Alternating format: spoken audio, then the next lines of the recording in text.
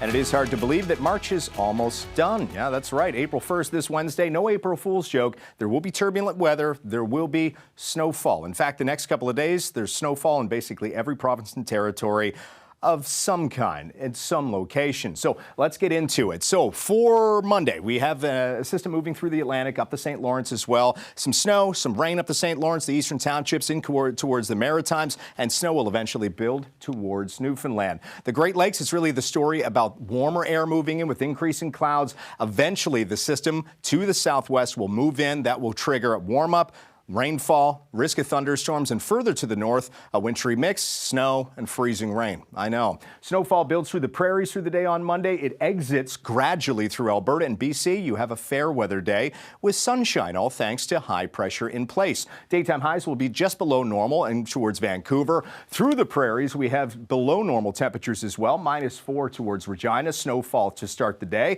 Across the Great Lakes, we might see temperatures not only in the teens, but maybe the 20s, and across Atlantic Canada, still a little unsettled. So we'll talk about temperatures. Basically, we're below normal, Western Canada, Great Lakes, and into southern Quebec, above normal, and near normal across Atlantic Canada. So in terms of the forecast, we'll start you off across Western Canada. Once again, BC, dry. The North Coast gets into a few showers, maybe a few flurries in the higher terrain.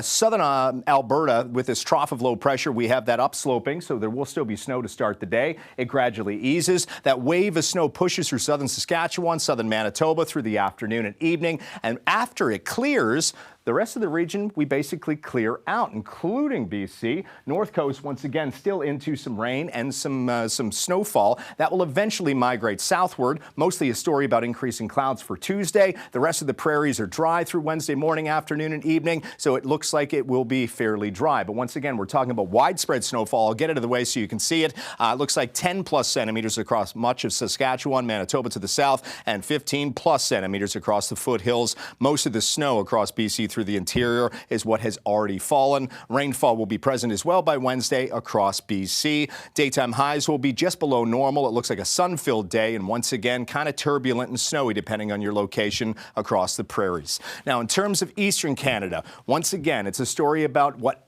develops across southern Ontario and the Great Lakes. For the rest of the eastern Canada, through the Maritimes, once again, rain and snow. Snow really targeting Newfoundland and Labrador. That feature clears off towards the east. There will be accumulations. The next one moves in. Rainfall, freezing rain, ice pellets, and snow. Heaviest rainfall will be through Tuesday with the risk of thunderstorms. That system then builds off towards Atlantic Canada. There will still be the risk of ice pellets, freezing rain, and rain. Snowfall will once again target the Gaspé up towards Newfoundland. There will be big-time accumulations. Unfortunately, that is true. And once again, between where the snow and the rain is, we have a large swath of freezing rain and ice pellets. Hardest hit areas will be Montreal, southern New Brunswick, and in towards mainland Nova Scotia. And then, of course, we get into some rainfall as well, primarily across the Great Lakes and eventually off towards the Maritimes. In terms of the forecast conditions, we have 17 degrees in Toronto, 10 in Kingston, and then across southern Quebec, showers, and across Atlantic Canada, showers eventually leading to snow.